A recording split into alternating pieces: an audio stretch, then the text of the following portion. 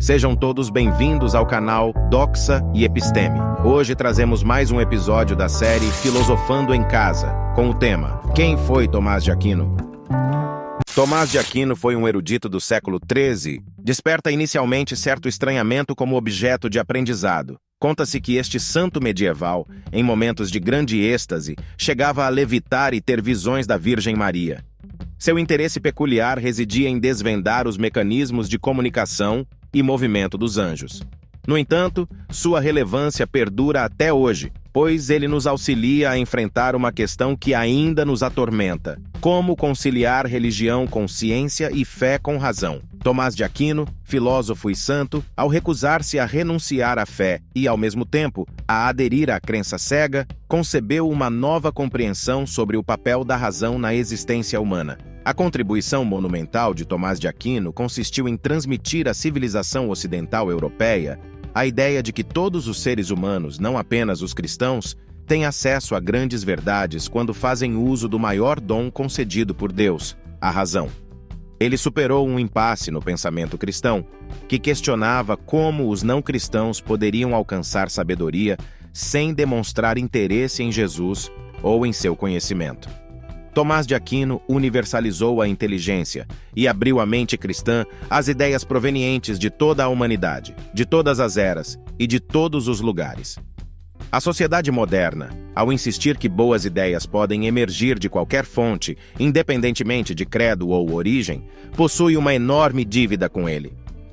Nascido em 1225, em uma família nobre italiana, Tomás de Aquino seguiu para a Universidade de Nápoles durante a juventude.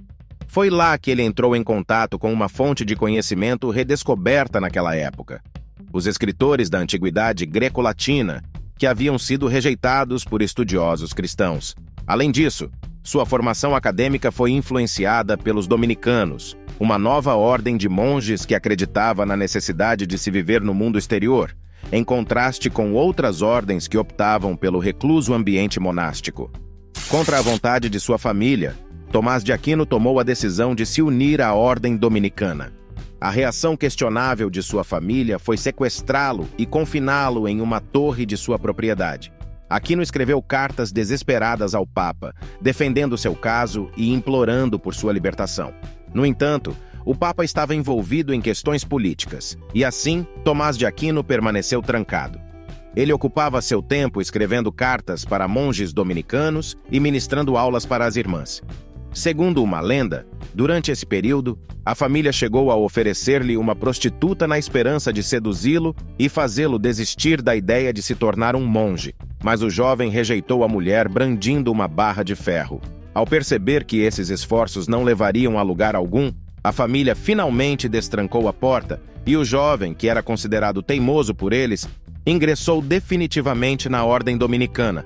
Tomás de Aquino retomou seus estudos interrompidos e foi para a Universidade de Paris, onde se destacou como um aluno reservado. Seus livros possuem títulos belos e curiosos como a Suma Teológica e a Suma contra os Gentios. Ele também se tornou um influente e altamente popular professor, recebendo permissão da liderança dominicana para fundar sua própria escola em Nápoles. Sua devoção ao conhecimento era tão intensa que, mesmo no momento de sua morte, aos 49 anos, dizem que ele estava trabalhando em um longo comentário sobre o Cântico dos Cânticos.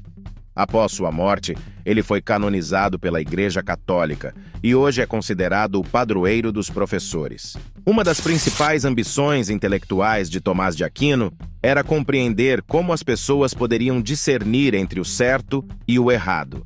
Uma preocupação que não se limitava apenas ao âmbito acadêmico, pois, como cristão, ele buscava entender como alguém poderia ter certeza de que suas ações os levariam ao céu. Ele reconhecia que muitas ideias que pareciam inquestionáveis não eram provenientes de cristãos.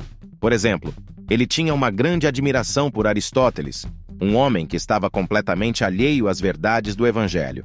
Foi em resposta a esse dilema que Tomás de Aquino desenvolveu um argumento de extrema importância em favor da compatibilidade entre a crença religiosa e o pensamento racional. Tomás de Aquino reconhecia que muitos filósofos pagãos haviam oferecido grandes ideias, o que não era obstáculo para ele, pois acreditava que o mundo poderia ser compreendido através do uso exclusivo da razão. Para explicar como isso poderia funcionar, ele propôs que o universo e sua dinâmica operavam de acordo com duas formas de leis: a lei natural e a lei eterna divina. Na visão de Aquino, muitas leis poderiam ser descobertas por meio de nossa própria experiência do mundo. Poderíamos aprender, por exemplo, a fundir ferro, construir aquedutos ou estabelecer uma economia justa através da observação e raciocínio. Essas seriam as leis naturais. No entanto, também existiam outras leis eternas, que eram reveladas, ou seja, conclusões às quais a razão não poderia chegar sozinha. Segundo ele, para saber se seremos julgados por um Deus misericordioso após a morte, ou se Jesus era simultaneamente humano e divino, dependíamos da revelação contida nos livros sagrados e precisaríamos aceitá-los com base na confiança em uma autoridade superior. Em um comentário sobre o filósofo romano Boécio, Aquino desafiou um pressuposto predominante na época, que afirmava que a mente humana não poderia conhecer qualquer verdade a menos que fosse iluminada pela luz de Deus. Ele argumentou que não era necessário que a mente humana fosse dotada de uma nova luz divina para entender coisas que estão dentro de seu campo natural de conhecimento. Essa abordagem radical de Aquino permitiu a atribuição de um espaço significativo à lei natural. Ele enfatizou a relevância da observação e da experiência pessoal. Temia que a Bíblia, por ser uma fonte tão respeitada, obscurecesse a importância da observação, fazendo com que as pessoas, impressionadas com a revelação divina, ignorassem o poder da observação e a capacidade de descobrirmos coisas por nós mesmos.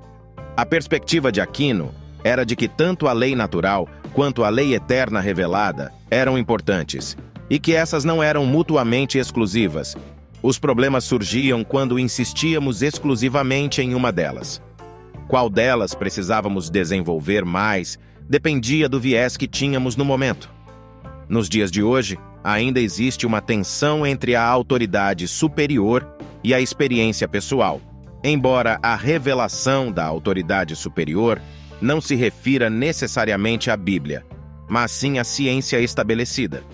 A versão moderna dessa tensão se manifesta na recusa de qualquer tipo de conhecimento que não esteja respaldado por experimentos, dados, modelos matemáticos e referências em periódicos revisados por especialistas. Atualmente, as artes, a literatura e a filosofia ocupam a posição que Tomás de Aquino atribuiu à lei natural.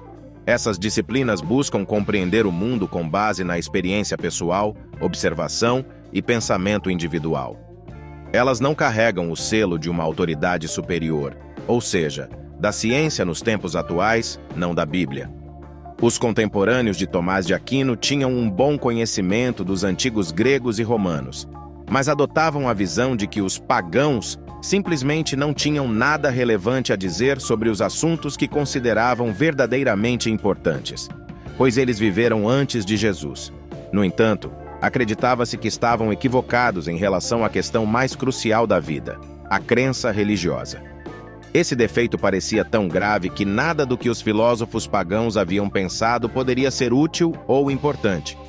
Tomás de Aquino argumentava que pessoas equivocadas em alguns assuntos fundamentais ainda têm muito a nos ensinar. Ele diagnosticou uma forma de elitismo intelectual. Tendemos a menosprezar uma ideia com base em sua origem, e parece que não daremos atenção a algo que não tenha vindo do lugar considerado correto. Podemos definir esse lugar correto como os laboratórios do Massachusetts Institute of Technology, por exemplo, em vez da Bíblia, mas o impulso é o mesmo. Assim, um ateu moderno em Londres hoje pode achar inacreditável que tenha algo a aprender com a leitura do Evangelho de João.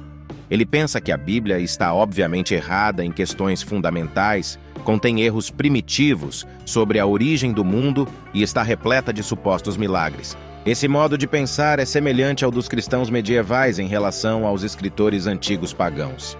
A lei natural, de acordo com Tomás de Aquino, é uma parte da lei eterna e pode ser descoberta pela faculdade da razão humana de forma independente.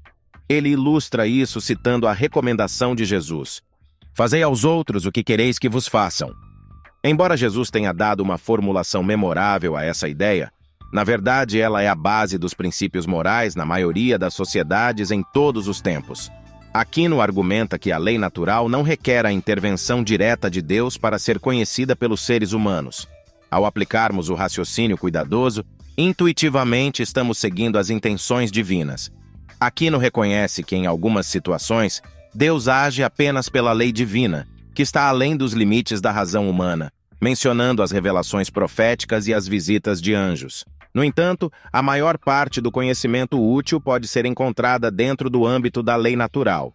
As ideias de Tomás de Aquino surgiram em uma época em que a cultura islâmica enfrentava dilemas semelhantes em relação à conciliação entre fé e razão.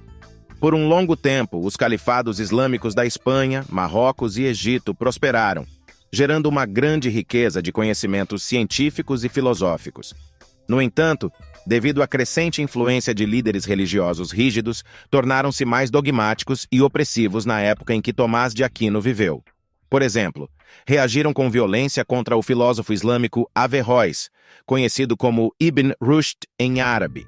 Assim como Aquino, Averroes foi profundamente influenciado por Aristóteles e defendia que razão e religião eram compatíveis. No entanto, os califados, temerosos de se afastarem das palavras literais de Deus, proibiram as ideias de Averroes e queimaram seus livros. Tomás de Aquino leu os trabalhos de Averroes e reconheceu que ambos os estudiosos estavam empenhados em projetos semelhantes. Ele estava ciente de que a crescente rejeição da razão pelo mundo islâmico estava prejudicando sua próspera cultura intelectual. Embora fosse um homem de profunda fé, Tomás de Aquino ofereceu um arcabouço filosófico para o processo de dúvida e investigação científica. Ele nos lembra que a sabedoria, ou seja, as ideias de que precisamos, podem surgir de várias fontes: intuição e racionalidade, ciência e revelação, pagãos e monges. Ele é simpático a todas essas fontes e aproveita e utiliza tudo o que funciona, sem se preocupar com a origem das ideias. Isso parece óbvio, até percebermos com que frequência não agimos dessa forma em nossas vidas. Menosprezamos ideias provenientes de fontes, aparentemente, erradas, pessoas com sotaques diferentes, jornais com posições políticas diferentes das nossas, estilos de escrita que parecem complexos ou simples demais, ou até mesmo uma pessoa idosa com um gorro de lã. Por hoje é só. Muito obrigado a você que assistiu o vídeo até aqui. Caso tenha gostado, deixe um like, assine o canal e compartilhe com os amigos. Todo comentário é bem-vindo. Forte abraço e vitória sempre!